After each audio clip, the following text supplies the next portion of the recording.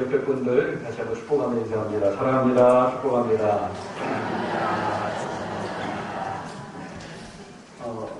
우리 교회는 지금 새벽마다인데 새벽 성경 통독을 지금 하고 있습니다. 지난주 본문이 이제 열왕기하 거기에 본문이었는데 열왕기하 본문을 우리가 쭉 같이 읽어봤어요. 오늘 본문 23장 말씀은 이제 지난주 금요일날 함께 통독했던 그런 부분인데요.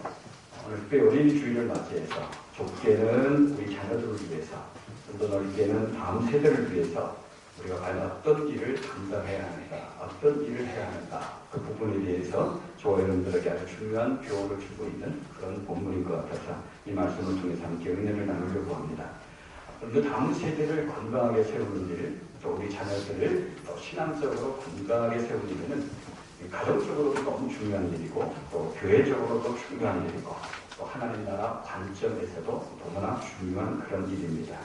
그래서 예전에는 그런 용어가 없었는데 이제 얼마 전부터 이제 성교학에서 새롭게 등장한 용어가 있는데, 그게 뭐냐면 13, 30인도라는 그런 말이에요. 13, 30참, 그런 어떤 말들이 지금 등장하고 있습니다. 이전에는 이제 10, 40참이라는 그런 말이 있었어요. 거기 위도로 10도와 또 위도 40도 사이에 있는 그 지역들을 통틀어서 이야기하는데, 그 지역에는 교회도 없고 또 선교사님도 없고 혹 교회가 한두 개 있을지라도 자생적으로 교회가 세워질 수 없는, 확장되어질 수 없는 위도 10도와 위도 40도 사이에 있는 그런 어떤 지역들, 주로 이 지역에는 이슬람권, 또 힌두교권, 불교권 나라들이 이제 집중되어 있는데, 그런 지역을 이제 집중적으로 선교하자. 그래서 10도, 10, 40 참이라는 그런 말이 있었는데, 요즘은 이제 13, 30이라는 그런 13, 30이라는 참이라는 그런 말이 선교학에서 새롭게 이제 대두되고 있습니다. 이 13, 30이라는 말은 지리적인 그런 범주, 지역을 가리키는 게 아니라 나이를 가리키는 겁니다. 13살부터 30살까지. 이들이 이제 우리의 중요한 선교의 대상이다라는 그런 말이에요. 왜냐하면 이들이 왜 중요한 선교의 대상인가 하면, 유엔 보고에 따르면요, 세계 인구의 60% 이상이 20대 미만이다, 그렇게 지금 이야기를 하고 있어요. 실제로 또 이 연령대에 속하는 사람들이 복음을 수용하고 복음을 받아들이는 데 있어서 그 윗대 있는 사람들보다 훨씬 더 용이하다라는 그런 통계가 나와 있습니다. 그래서 예수 믿는 사람들 가운데 통계를 보니까 예수 믿는 사람들 가운데 90% 이상이 30대 이전에 예수님을 영접했다는 통계가 있고요. 그 중에서 75% 이상이 10대 때 예수님을 영접했다라는 그런 어떤 통계가 나와 있어요. 우리가 성경에 보면 우리가 잘 아는 요셉이라는 사람도 그렇고, 다윗이라는 사람, 또 사무엘이라는 사람, 예레미야라는 사람, 다니엘, 사드락, 메삭, 아벤노고, 또 마지막까지 예수님에게 또 충성을 다했던 요한이라는 그런 사람들, 다 10대 때 투입을 받아서 하나님 앞에 귀하게 쓰임을 받았던 사람들입니다. 또 이들이 중요한 선교의 대상이 되는 이유가 뭐냐면, 이들에게 교회의 미래가 달려있기 때문에 그렇습니다. 교회의 미래, 한국교회의 미래가 이들에게 달려있기 때문에 그래요. 저와 여러분들이 다음 세대를 어떻게 키우냐에 따라서 우리 교회뿐만 아니라 이 한국교회의 미래가 좌우될 수가 있기 때문에 이들이 어떻게 정말 중요한 선교의 대상입니다. 이들이 정말 중요한 선교의 대상일 뿐만 아니라 이들을 선교하는 것이 결코 만만치 않습니다. 쉽지 않습니다. 그래서 이런 말이 있어요. 여러분들 이 말을 한번 들어보면서 이 말이 언제 쓰여진 글일까 한번 생각해 보세요. 오늘날의 경솔한 아이들을 보면 우리 민족은 소망이 없다. 모든 청소년들은 말도 못할 정도로 부주의하다. 내가 어렸을 때 우리는 신중했고 어른들을 공경했다. 그러나 오늘날 아이들은 신중하지 못한 부분이 많고, 또 어른들도 공경하지 않을 뿐만 아니라 우리보다 혹시 똑똑한 면은 있을지 모르지만 주제를 견디지 못한다. 그런데 이 글을 읽는 순간 이 글이 언제 글일 것 같아요? 어떻게 생각하면 오늘날 누가 이야기했다 할지라도 전혀 손색이 없는, 그죠?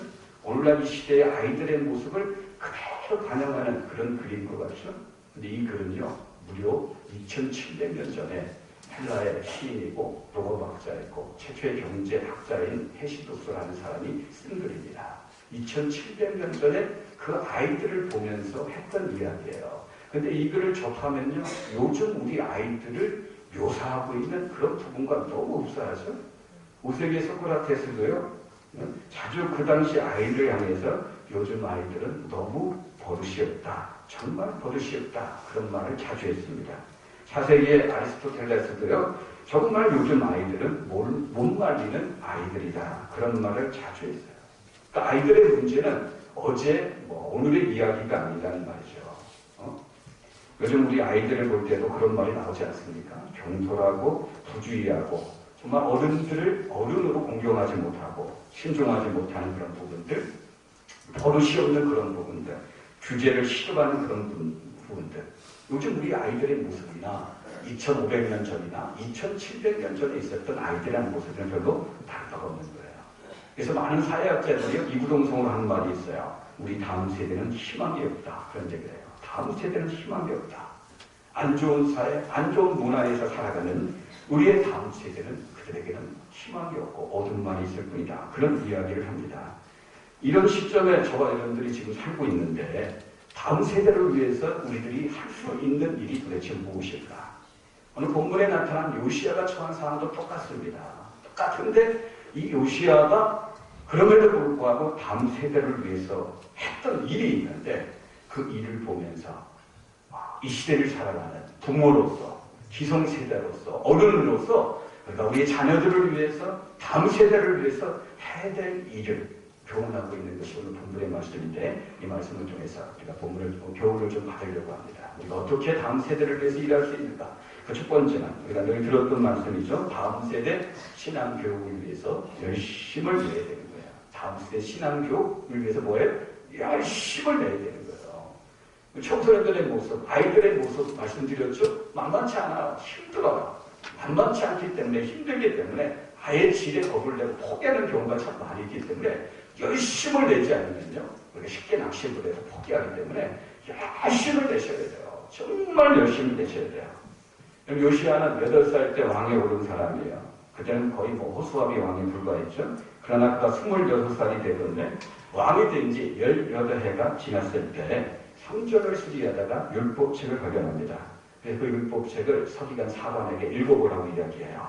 그래서 서기관이 읽어주는 그 율법책의 내용을 딱 들었을 때 왕이 어떻게 옷을 찢고 하나님 앞에 회개합니다.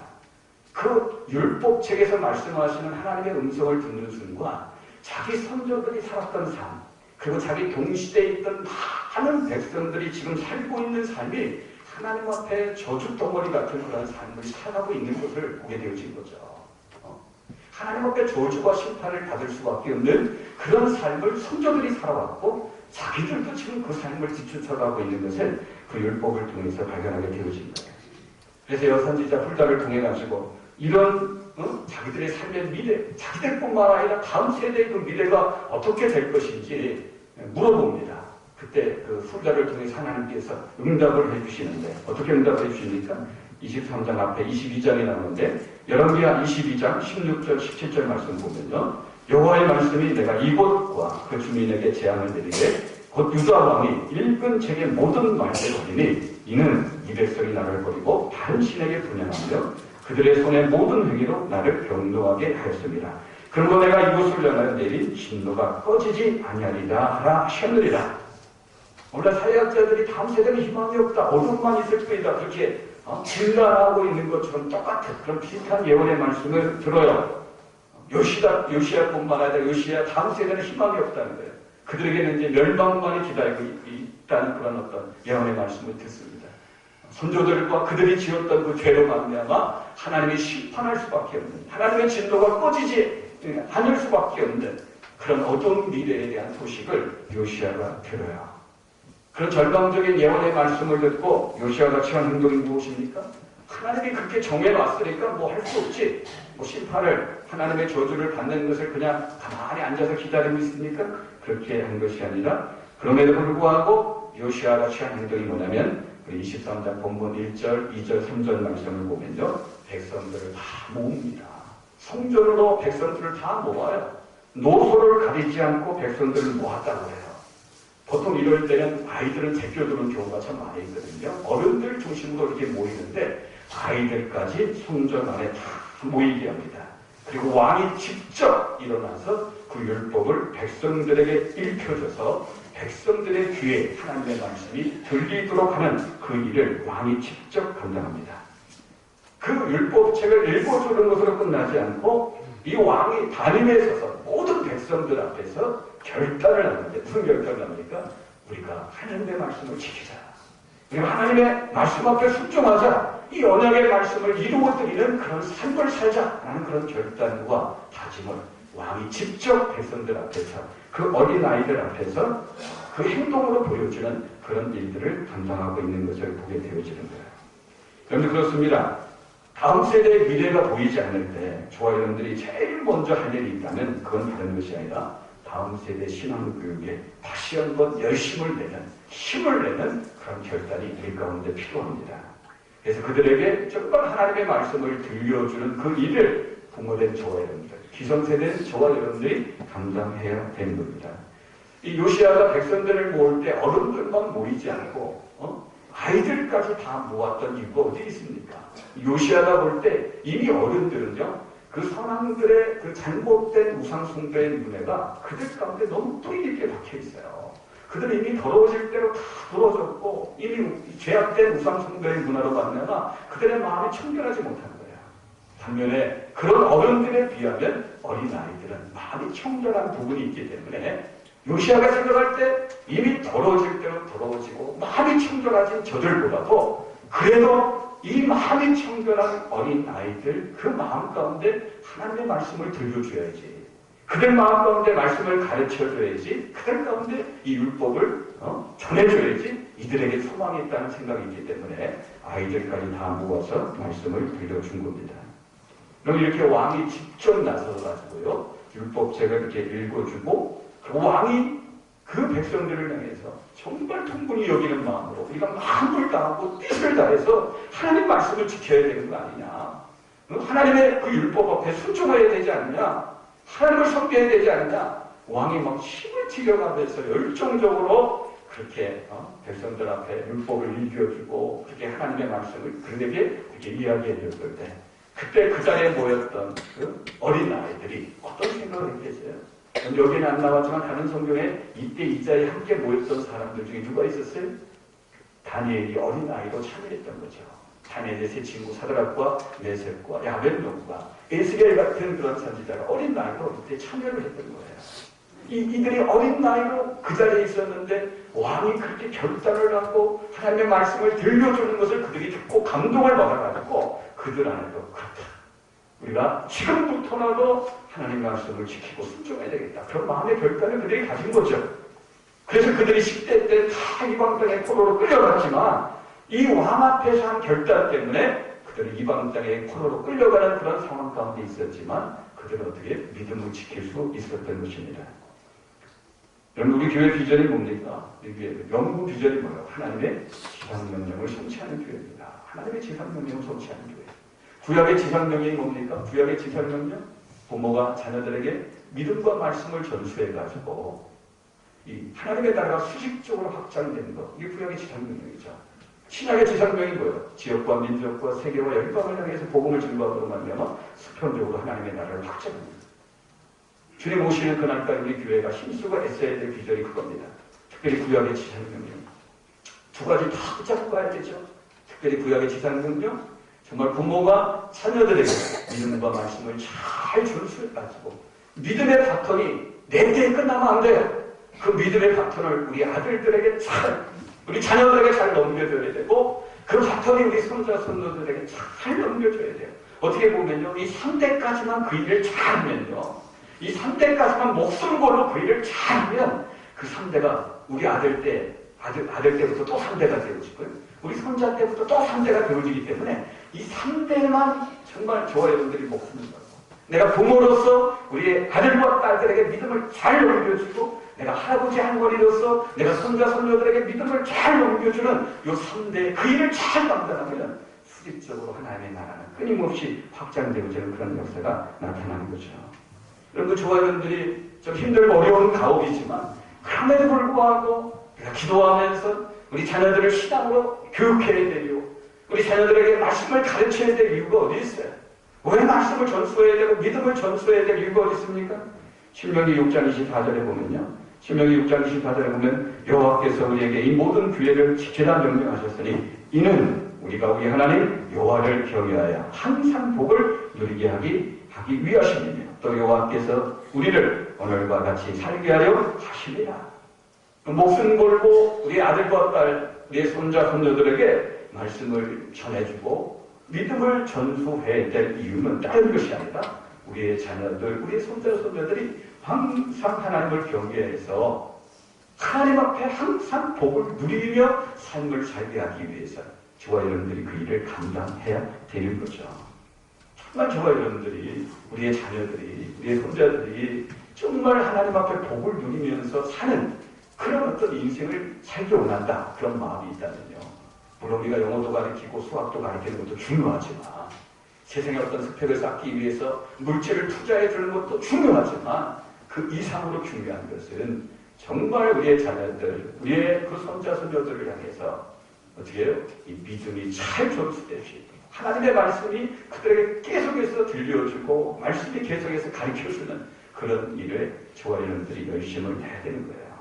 그럴 때 우리의 자녀들이 뭘 하든지 복을 누리며 그 일을 하며 살 수 있게 되어지는 거예요.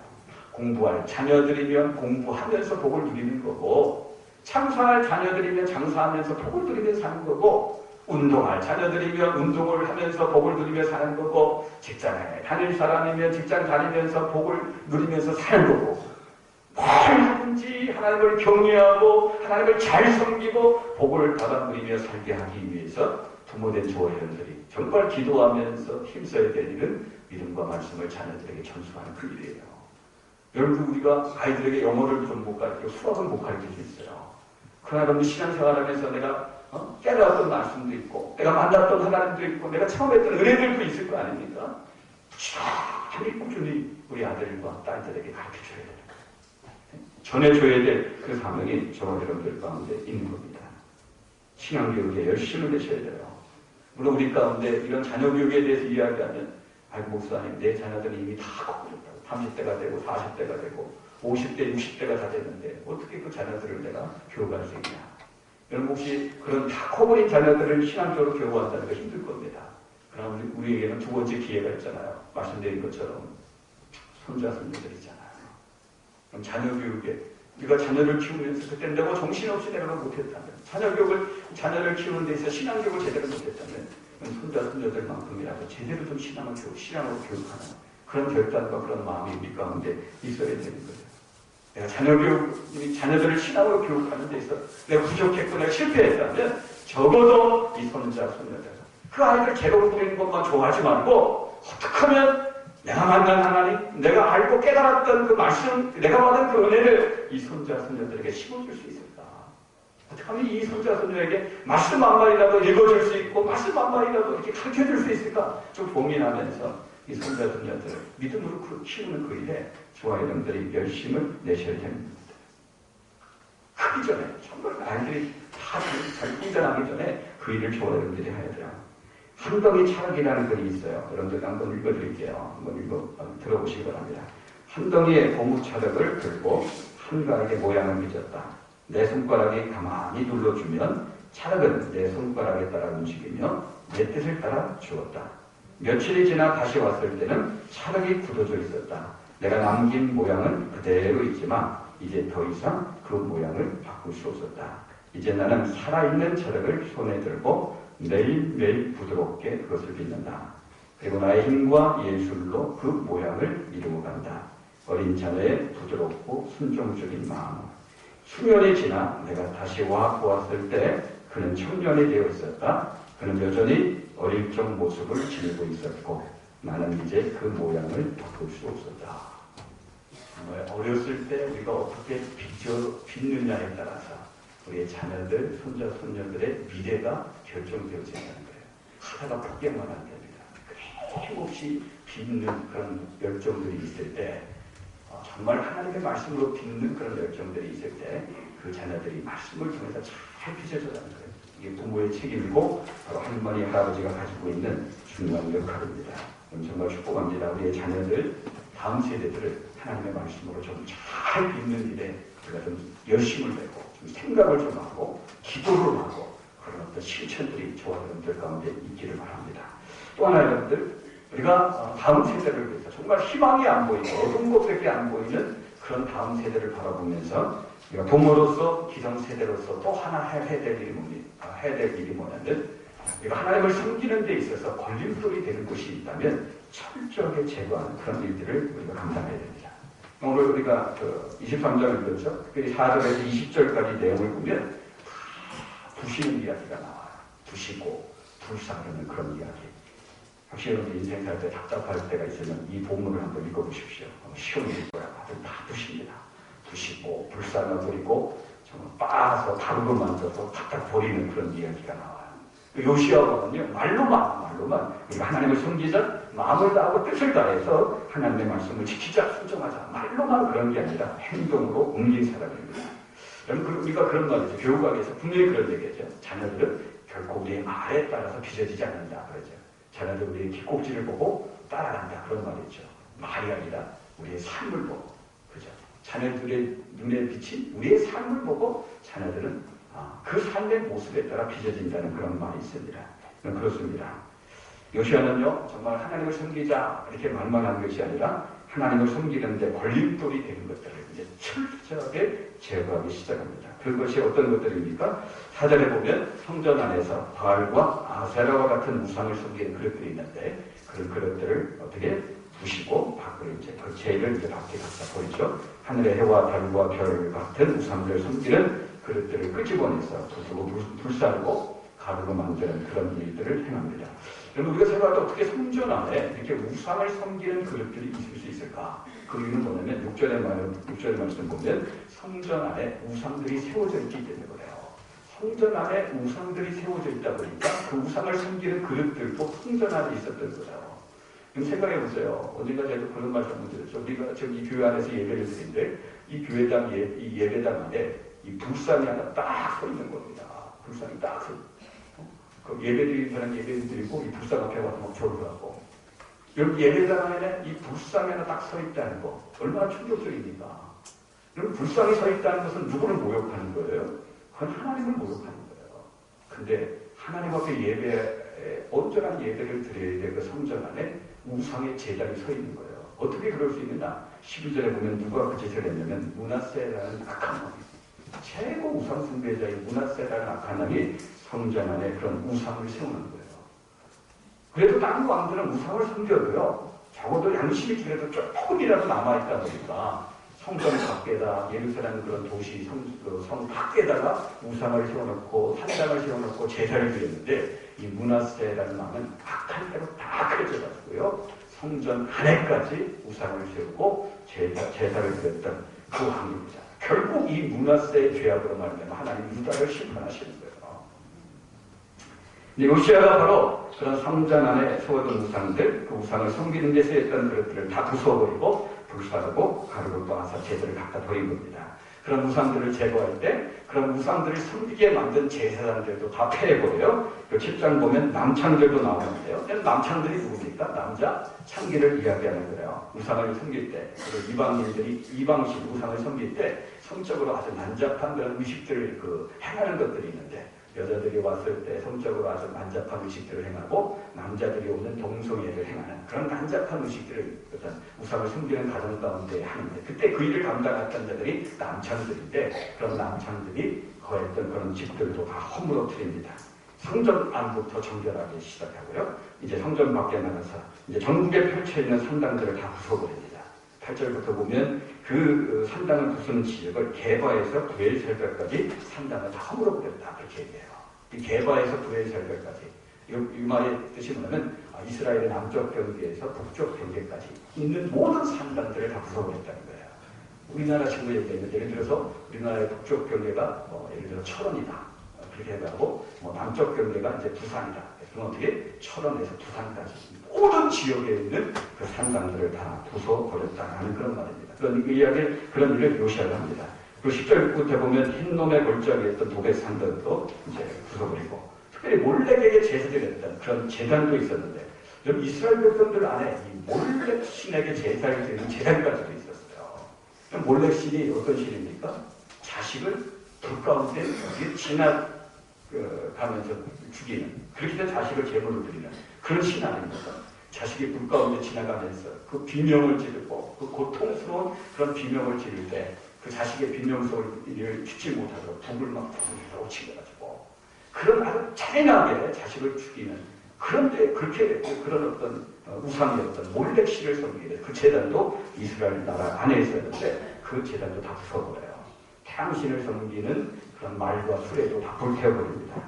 그리고 10강절에 보면 정말로 무너뜨리기 힘든 것이 있었는데 그것이 뭐냐면 예루살렘 성 건너편에 이제 감람산이 있는데 그 감람산 오른쪽 끝으로 가보면 멸망산이라는 곳이 나오는데 그 멸망산에요 솔로몬 왕 때 지어놓았던 많은 산당들이 있어요. 그 많은 산당들이 있었는데 누가 감히 그 산당들을 무너뜨리지 못했는데 요시야 때 와가지고 그 산당을 과감하게 무너뜨립니다.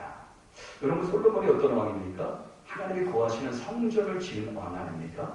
근데 하나님이 거하시는 성전을 지은 왕이 어떻게 이렇게 멸망산에 이렇게 여러 산당을 지을 수 있었을까? 어떻게 그럴 수 있었을까? 그 이유는 간단하죠. 다 정치적인 목적 때문에 그래요. 주변 나라들과 평화로운 관계를 유지하기 위해서 이 솔로몬이 정략 결혼을 참 많이 합니다. 정략 결혼을 하는데 예를 들어서 뭐 시돈 공주하고 결혼하면 시돈 공주가 들어오는데 자기 혼자 들어오는 게 아니라 자기가 섬겼던 이방신의 각기 끌고 들어오는 거예요.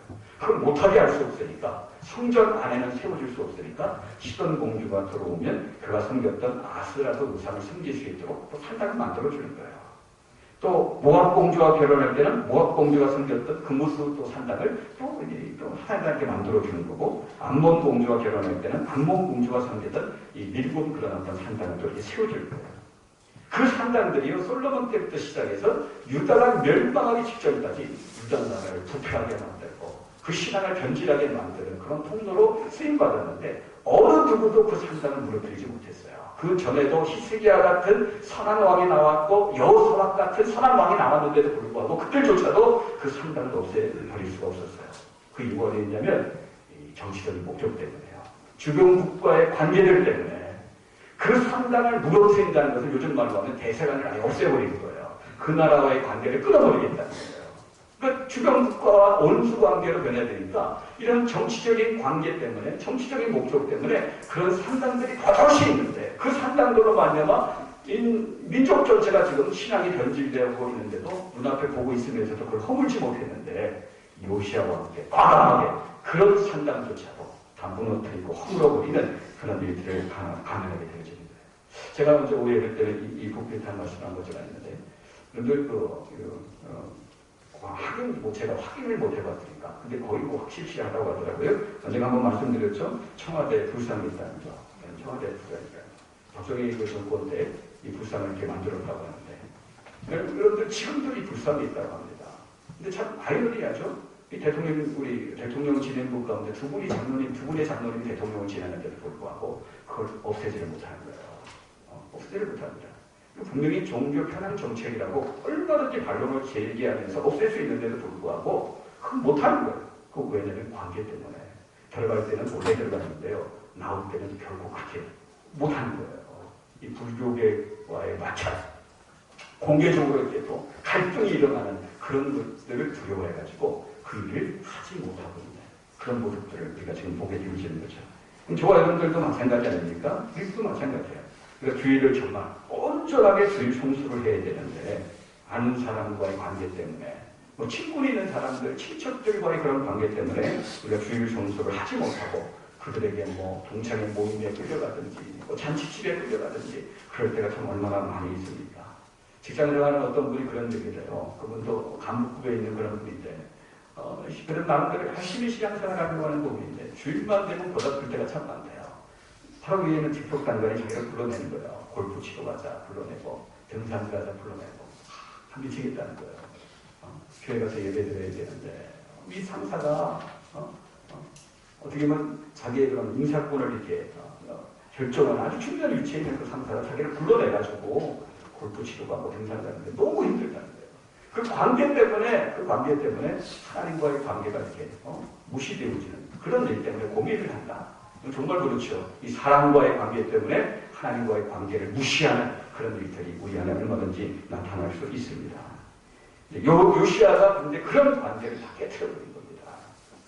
여기서 그치지 않죠? 15절부터 보면 이미 멸망한 북이스라엘까지 원정을 가서 이스라엘을 멸망하게 했던 베델에서 있던 그 제단과 그 산당도 무너뜨려요.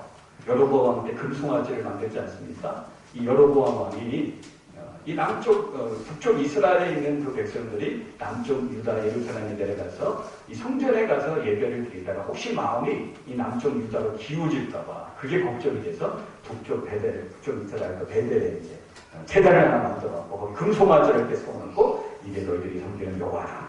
굳이 너희들이 예루살렘까지 내려갈 필요 없이 여기서 하나님을 섬겨라. 그래서 신앙을 변질시키고 타락시켰던 그 제단이 이제 베델에 아직도 세워져 있는데 이 요시아라는 왕이 이 남쪽 유다를 정결케 하는 것으로 끝나는 게 아니라 북쪽 이스라엘까지 올라가서 그 베델이라는 그 제단과 산당을 무너뜨리는 그런 일들을 감당하고 있는 것을 보게 되어집니다.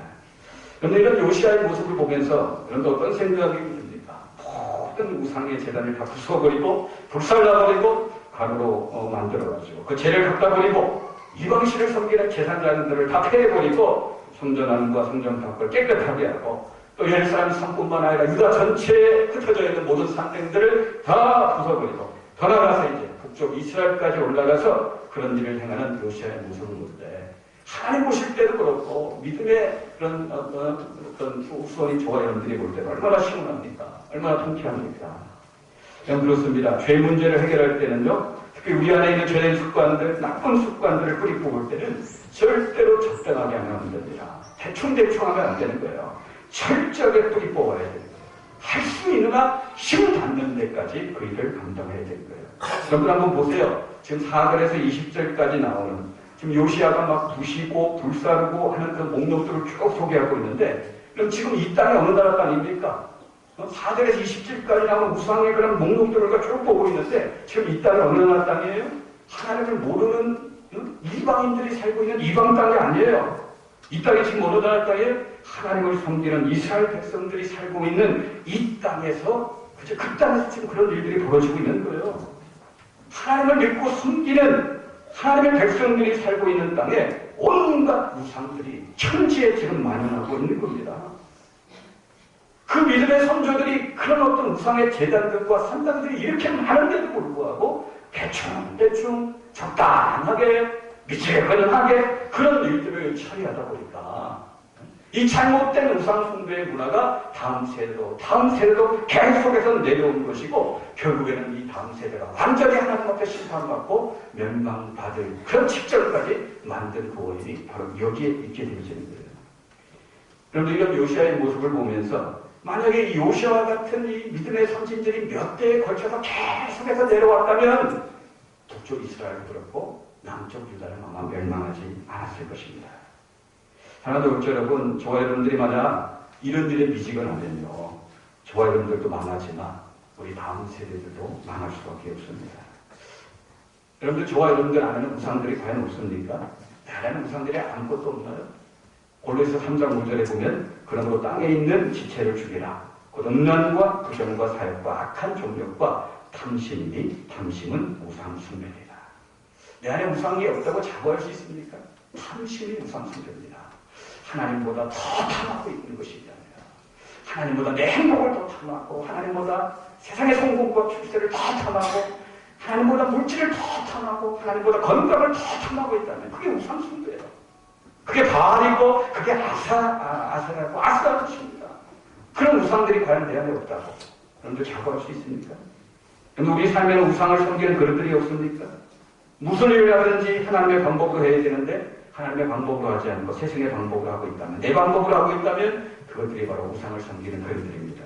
우리의 삶에는 남창이 없습니까? 고린도서 6장 19절 20절 말씀 보면요, 너희 몸은 너희가 하나님께로부터 받은 바 너희 가운데 계신 성령의 전인 줄을 알지 못하느냐. 너희는 너희 자신의 것이 아니라 값으로 산 것이 되었으니 금즉 너희 몸으로 하나님께 영광을 돌리라 하는 말씀처럼 우리의 몸 자체는 하나님이 거하시는 거룩한 성전인데 아직도 이 거룩한 성전인 내 안에 우리가 버리지 못했던 음란한 습관들이 있다면요, 아무도 안 보는 데서 음란한 것을 보고 음란한 것을 말하고 행동하고 있다면 여전히 우리 안에도 어떻게 남창이 있는 거죠. 남창이 남아있는 겁니다. 성경은 우리 영혼을 성전이다 그렇게 이야기하지 않고 우리 몸을, 우리 육체를 지금 성전이다 그렇게 말하는 것을 기억하셔야 돼요. 우리의 몸이 성전이라면 이 성전인 것을 믿는다면요 우리가 어떻게 살아야 하는지도 분명히 결정될 수 있다는 사실을 기억하셔야 돼요. 우리 안에는 솔로몬 시대부터 지어져서 유다를 멸망하게 만든 그런데도 불구하고 어느 누구도 무너뜨리지 못했던 그 멸망상 위에 서졌던 그런 산당들 우리 안에 없습니까? 인간들과의 관계 때문에 친분이 있는 사람들과의 관계 때문에 나에게 직접적인 어떤 도움을 주는 그 어떤 사람과의 관계 때문에 환경적인 이유 때문에 내가 지금도 하나님 말씀 앞에 순종하지 못하고 계속해서 죄를 짓고 있다면 바로 그것들이 우리 안에 존재하고 있는 산당들입니다. 이렇게 하나님을 섬기는데 걸림돌이 많은데 그런 문제를 대충 처리하면 안 됩니다.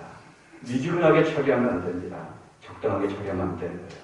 요시아처럼 철저하게 부시고 불사르고 가루로 꽉가지고 갖다 버리는 그런 모습들이 저와 여러분들 가운데 있어야 돼요. 그래야지 나도 사는 거고 우리의 자녀들도 사는 거고 다음 세대도 살 수 있는 겁니다. 그거 안 하면 나도 망하는 거고 우리 다음 세대도 우리의 자녀들도 망할 수밖에 없어요. 그런 말이죠. 악에는 한색이 없습니다. 악에는 한색이 없어요. 그 철저하게 깨지 않으면요. 철저하게 끊지 않으면요. 우리가 상상할 수 없는 악의 자리로 곤두박질 치는 날이 우리에게도 오고 우리의 다음 세대에게도 올 수밖에 없어요. 그래서 악의 문제는, 죄악의 문제는 철저하게 처리하고 끊어버리고 부수고 제거하는 그런 어떤 결단들이 우리 가운데 있어야 됩니다. 그럼 정말 우리 주일을 맞이해서 우리의 자녀들에게 선물 하나 주고 끝나는 그런 날이 아니라 정말 나도 살고 우리의 자녀들, 우리 가정이 살고 우리 다음 세대도 살기 위해서 하나님을 섬기는 데 걸림돌이 되는 것들이 있다면 정말 철저하게 제거하고 뿌리 뽑고자 하는 그런 결단이 저와 여러분들 가운데 있어야 됩니다. 요시아의 그런 행동을 보고 정말 다니엘 같은 그 어린아이였던 그가 사드락과 메삭과 야벤노고 같은 그 어린아이였던 그 아이들이 감동을 받아가지고 그들이 포로로 끌려갔지만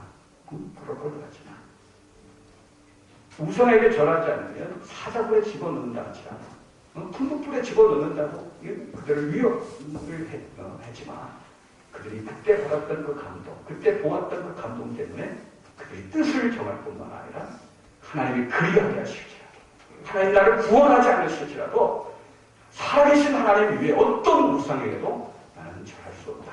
그래서 사자굴로 들어가고 풍부불로 들어가는 그런 놀라운 신앙의 결단을 그들이 하게 된 바로 그 배경이 바로 여기서부터 출발하게 되어지는 겁니다. 그리고 부모된 저와 여러분들이 기성세대인 저와 여러분들 요시아처럼 우리가 믿음을 행동할 때 우리의 자녀들 가운데 다음 세대 가운데 세상의 우상에 절하지 않는 세상의 우상 앞에 절하지 않은 다니엘 같은 또 사드락과 메삭과 야벤노고 같은 에스겔과 같은 그런 일꾼들 그런 다음 세대가 세워져 가는 겁니다. 우리 주일을 맞이해서 오늘 우리 가운데 좁게는 우리의 자녀들의 신앙을 건강하게 세워주고자 하는 그런 결단 좀 넓게는 다음 세대를 좀 건강하게 세우고자 하는 그런 결단이 저와 여러분들에게 꼭 있어야 됩니다. 자녀들의 그 신앙교육에 우리가 열심을 냈으면 좋겠습니다. 다음 세대 신앙교육에, 우리 손자, 손녀들의 신앙교육에 우리가 열심을 좀 냈으면 좋겠습니다. 우리 안에 하나님을 섬기는데 걸림돌이 되는 것들을 철저하게 제거하는 그런 노력과 그런 수고와 애씀이 저와 여러분들 가운데 있음으로 말미암아 정말 우리의 자녀들, 우리 다음 세대가 하나님의 영광이 떠난 이가봇의 시대가 아니라 하나님의 영광이 찾아오는 그런 사무의 그런 세대가 되는데 저와 여러분들이 쓰임받으시고 쓰임받는 그런 삶을 사시기를 주님의 이름으로 축복합니다. 기도하겠습니다.